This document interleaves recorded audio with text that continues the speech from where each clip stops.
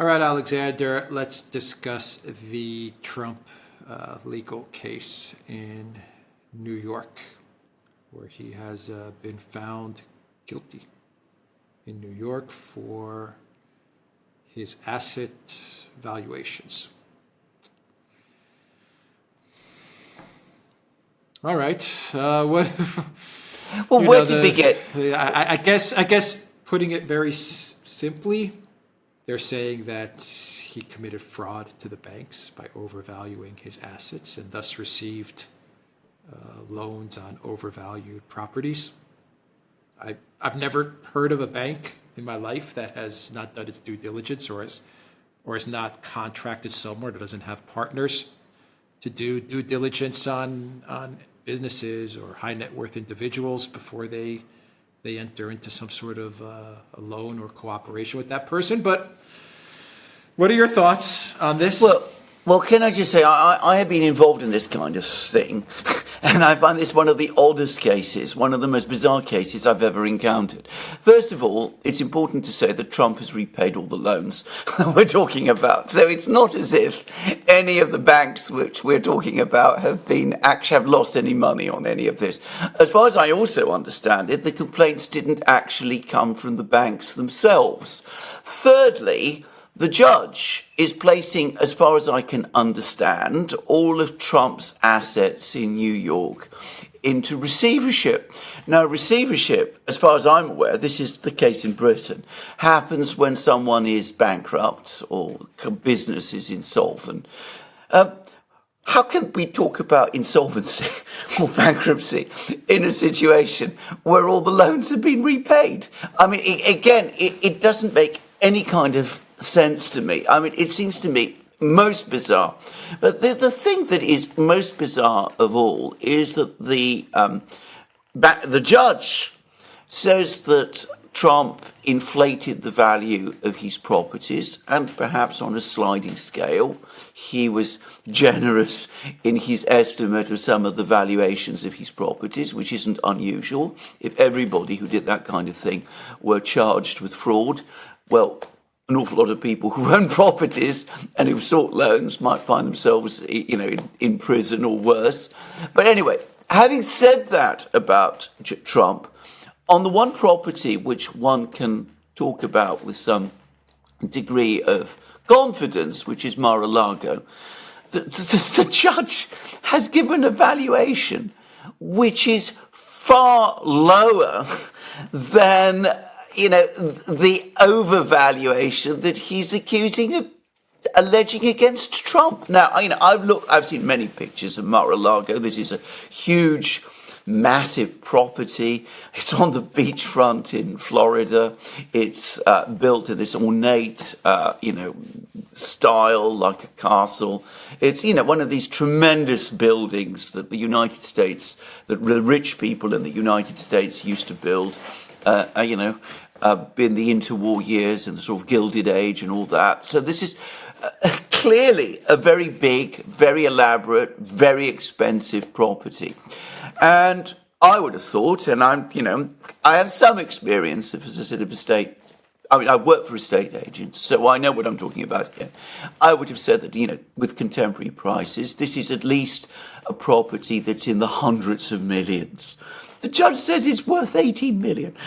Now, this is on a scale that somebody came up with that, it's between 18 and 27. So, of course, notice the judge goes for the absolutely lowest figure, which is 18 million.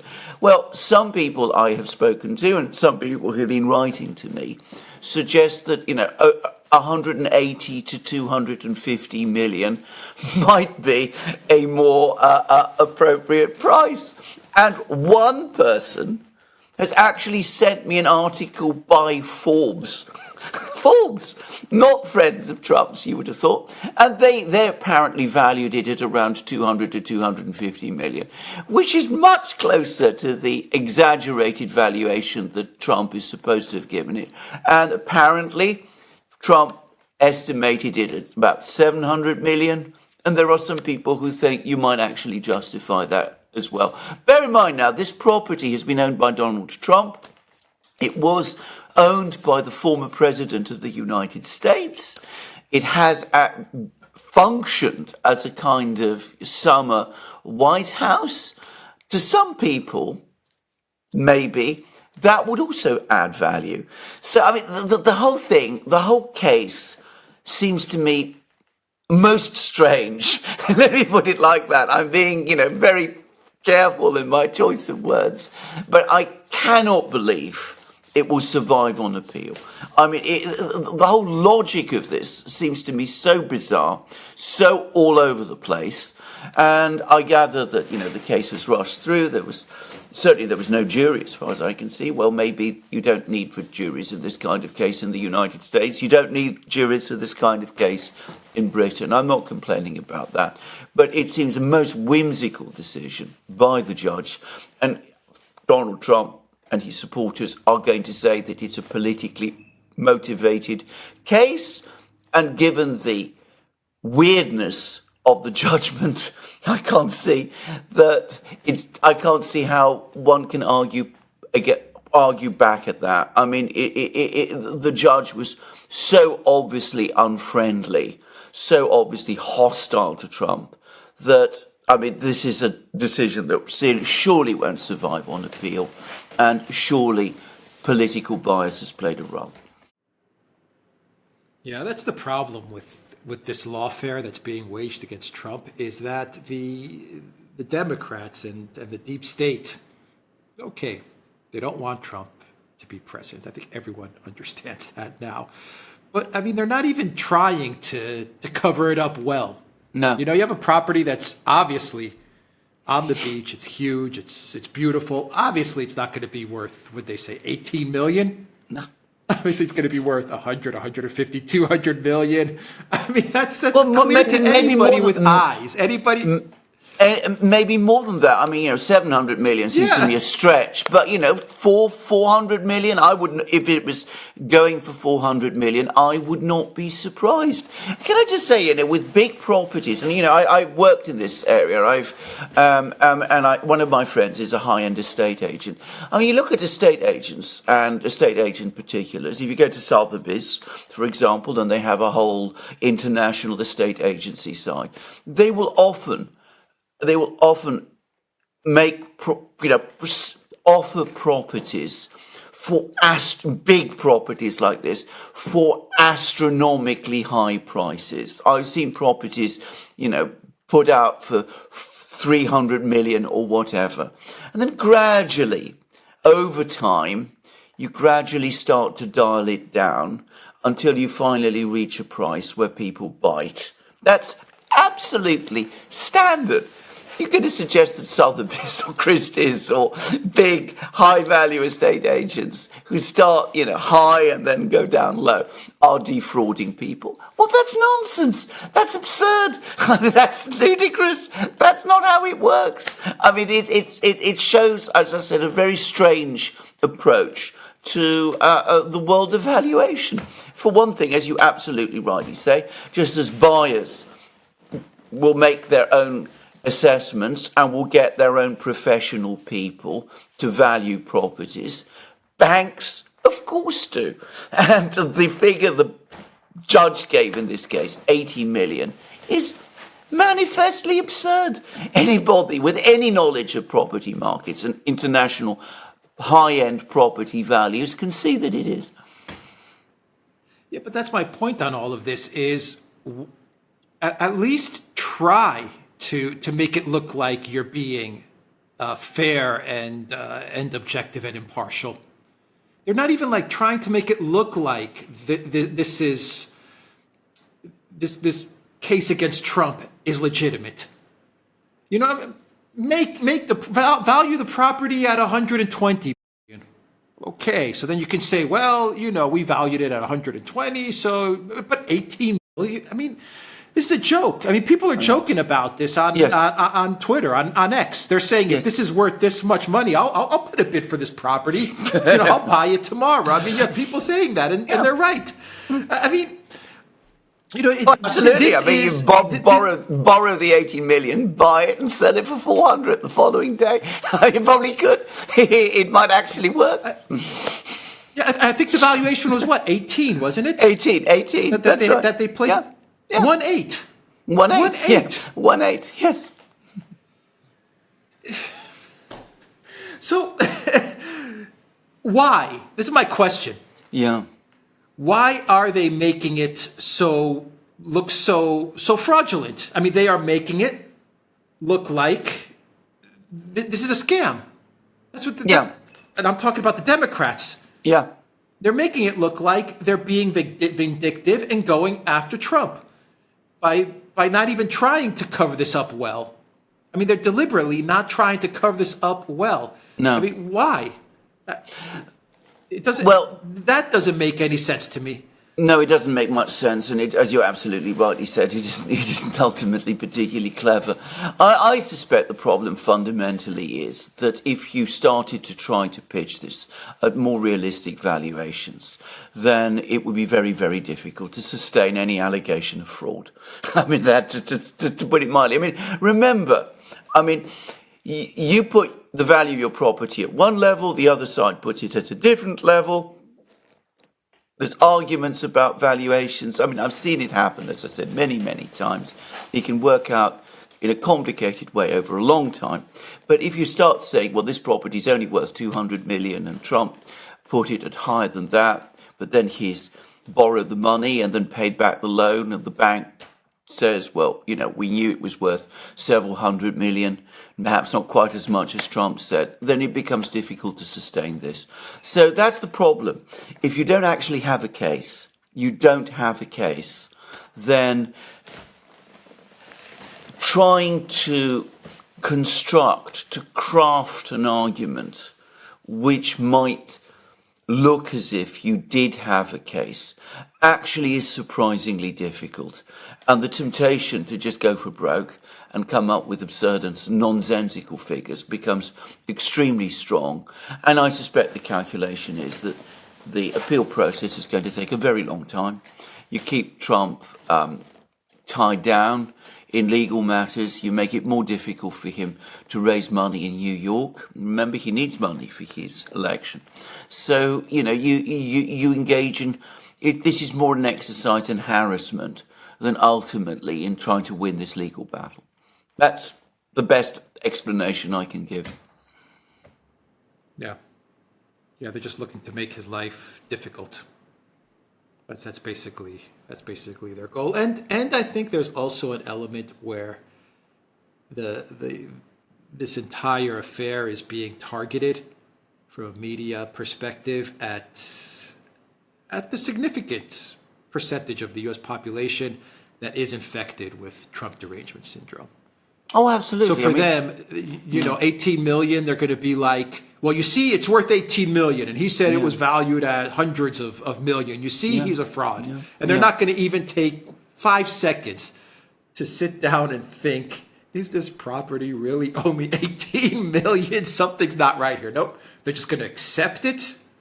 And they're going to say Orange Man bad. And it's just going to create more hate and outrage and anger towards Trump, towards MAGA, and towards that whole segment of the population that's supportive of Trump.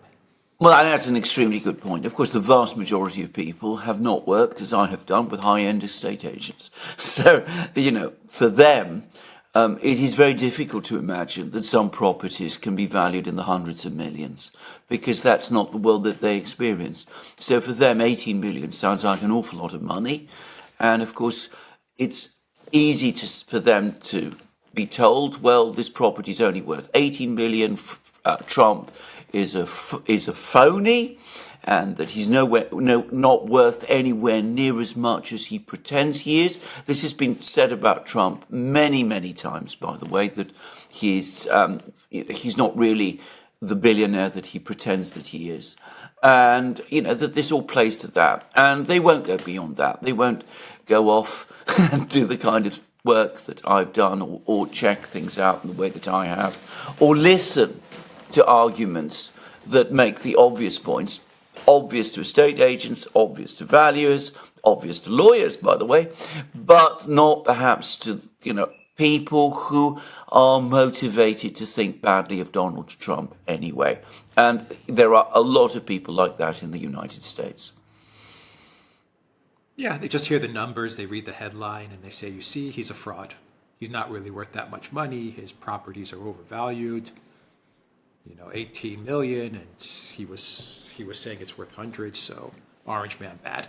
That's who it's playing into. But it's also, I think, all of this stuff that's going on is also about the Republican candidates who are waiting for something bad to happen to Trump. So we've had a couple of debates now, GOP debates. You pretty much have the same characters hanging around. I don't think anyone's really dropped out. Haley and Christie and Pence. I mean, what are these people doing? Trump is ahead by 43, 45 points in the latest poll, maybe even more than that. But you can see that they're all hanging around, and they're hanging around waiting. They're waiting. Come on. Something happened to Trump. Put him in prison. Knock him out of the election, the primary race. That's why they're sticking around, and it looks pathetic. But there they are. There they are at the debates, which no one is really watching. No one's really paying attention. But this is the state of things now. Well, this is exactly what it is. I mean, that's exactly what they're doing. They're hanging on because they're waiting and they're hoping that something will happen that will remove Trump from the scene, and then they can start to fill the vacant place. I think that what makes this particularly ludicrous is that, of course, if this does actually happen, if Trump is removed from the scene, and let's guess that, say, Mike Pence becomes the Republican nominee, I think it's most unlikely he'd win the presidency. I mean, to be straightforward about this. But it's not any longer. I think they're betting on Nikki Haley. Or Nikki Haley, or whoever. Sure. But I think it's most. You're probably right. But I'm not. I mean, I'm not actually following that battle in any great detail. But assuming that they get their way, it's no longer about winning the election in 2024. And that's not what the Rhino tendency is about at all. It's about maintaining control of the Republican Party. That is their priority. That's become absolutely clear to me. That's why people like Mitch McConnell, for example, have taken this very strong line on support for Ukraine. They're doing it in part because they know that Donald Trump and the populist wing of the party are opposed to it. So there's a battle underway within the Republican Party for control of the Republican Party, and winning the federal elections, the national elections, is less important than control of the party itself. And it's not difficult to understand why, because, of course, with control of the party, huge opportunities for patronage open up. You get control of state legislatures, you get a position in Congress, you get all sorts of things become possible for you, which if you lose control of the party, you lose any chance of that. I mean, who would be interested in Mitch McConnell if he wasn't in control of the donor base and was able to, shuffle funds and didn't have all that tremendous patronage at his disposal that he has? So this is what it's all about at the end of the day. So notice that they're all very critical of Trump.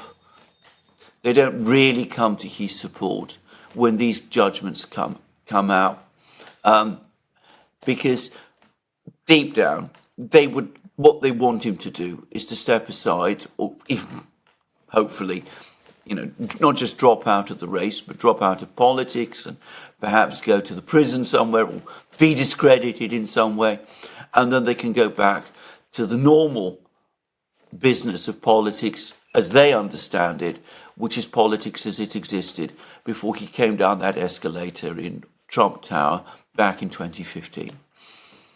Was it a lift? Yeah, I can never remember. 2015, yeah. That's why they're really pulling for Haley and they're pulling for Pence, the two warmongers of the entire bunch. I mean, those two are all about the military-industrial complex and war and escalating in Ukraine and escalating with China. Yeah. And for people like McConnell, it's music to his ears. People like Lindsey Graham. Yeah. That's exactly what they want to hear from a candidate. Their dream scenario, the Uniparty's dream scenario, I'm convinced, is Nikki Haley versus Gavin Newsom. Yeah. I think that's the dream scenario. Yeah, so if the Democrats can find a way to maneuver Biden, be rid of Kamala Harris, and get Gavin Newsom in, they're happy. If the Republicans can find a way to get rid of Trump and maneuver Nikki Haley, or possibly Mike Pence, but they really want Nikki Haley, get Nikki Haley in, they'll be super happy. Haley versus Newsom, the Uniparty wins. Whoever wins the election, who cares? The Uniparty comes out ahead. That's exactly correct. I mean, that brings us, of course, directly to the situation with the Democrats, because, of course, the Democrats are having problems on their side. We've had the impeachment inquiry, which is now underway. But, of course, there's also now increasing criticisms. They're appearing very often now, by the way, in the British media, the Times, the London Times, the Daily Telegraph, article after article now. And this is a drumbeat. And bear in mind, Britain has been very supportive of Biden up to this point, but the Daily Telegraph especially, very close to the British government, very close to Britain's permanent government. They're saying that Biden needs to stand down, that he's obviously, he doesn't look like a convincing candidate in 2024. He's too old, he's too unwell, he loses his way all the time when in his speeches. His press conference in Hanoi was a disaster. His State of the Union address, not his State of the Union, his address to the United Nations General Assembly was a shambles. It was completely unconvincing. He's made more gaffes since then. He's fallen down the stairs. I understand once more that this is cruel to him, and it creates serious risks in the 2024 election. That if, horror of horrors, Donald Trump is the Republican nominee, despite all the things that you're talking about, then Biden might have real difficulty winning against Trump.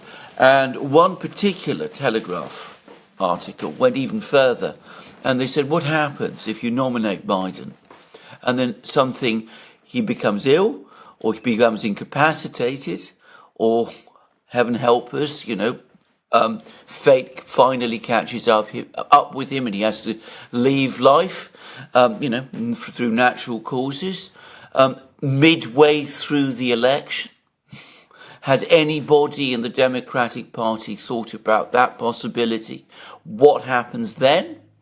And of course, they say, there's problems, with that scenario. It's a real risk.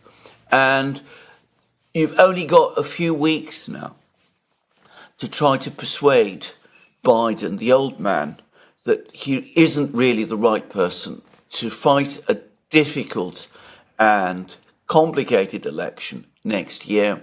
It's time he agreed to step aside and allow someone else to take his place. And of course they do admit, because in Britain we follow American politics very closely, that just as there's a Biden problem, there's also a Kamala Harris problem, and they say there might be difficult to find ways of getting her to step aside too, but they say that this is something that needs to be done fast. And this is coming out of Britain. As I said, one article after the other. One of those articles written by no less a person than William Hague, who is, of course, former leader of the Conservative Party and former British Foreign Secretary. Yeah. Anyway, that's the issue. Getting rid of Biden is not the hard part. It's how do you get rid of Kamala Harris? I think that's the tough part. Yeah. It's a very complicated. complicated. She doesn't want to go. That's why. She doesn't want to go. And just to give an idea of how sophisticated the British are and how closely they're following the elections in the United States. I mean, one of the articles made the point that trying to leverage Kamala Harris out of, prevent her standing, put pressure on her when she doesn't want to go. I mean, that could alienate part of the Democrats' most loyal voting base, which is, women and black people. So, you don't want to do that. So, they're saying that this is going to be a really challenging thing. But one way or another, if there is a real risk that Donald Trump will be the Republican candidate, then it has to be done, and it has to be done soon. And, they're coming up with all the usual elaborate suggestions that Biden nominates Kamala Harris to a Supreme Court seat. I didn't know that there was a vacancy there, by the way. But anyway, that's what they're saying. And, gets her out, gets her to step aside, and somebody like Newsom is appointed in her place. And in fact, the British have also been talking a lot about Newsom recently. Oh, yeah, he's pretty much campaigning out in the open. I mean, he says he's not campaigning, but he's campaigning. Who are you fooling? Well, clearly. He's traveling all around the United States. Clearly. Yeah, yes. So, I mean, I think he's gotten the word from high above. You're going to be the guy. Just sit tight. Yeah. We'll figure out a way to deal with this Kamala Harris problem. Yes. I think when they're under a lot of pressure because time is running out, they'll figure out a way. They'll figure out a way. It may not be the optimal way, but they'll figure out a way. Yeah, I agree with that. I will also say something else, which is, of course, if it is Donald Trump who is the Republican candidate, then in spite of all the problems the British are talking about, alienating the Democratic Party's part of the Democratic Party's most loyal electoral base, I suspect that these people are the people who are most antagonistic to Donald Trump, and they would still come out and vote for Newsom in order to prevent Trump winning. So I think that's, something that's probably likely to happen. Yeah, well, they'll have the media running interference. Absolutely correct. Absolutely correct. Absolutely correct. Yeah. No doubt about that. Yeah. And if they have to, Kamala Harris will endorse Newsom if we come to that. Yes. I mean, yes. Yeah. I think no doubt about it. Yes. All right. We'll end it there. The Duran.locals.com. We are on Rumble, ODYSEE, BitChute, Telegram, Rockfin, and X. And go to the Duran shop. 10% off. Use the code GOOD DAY. Take care.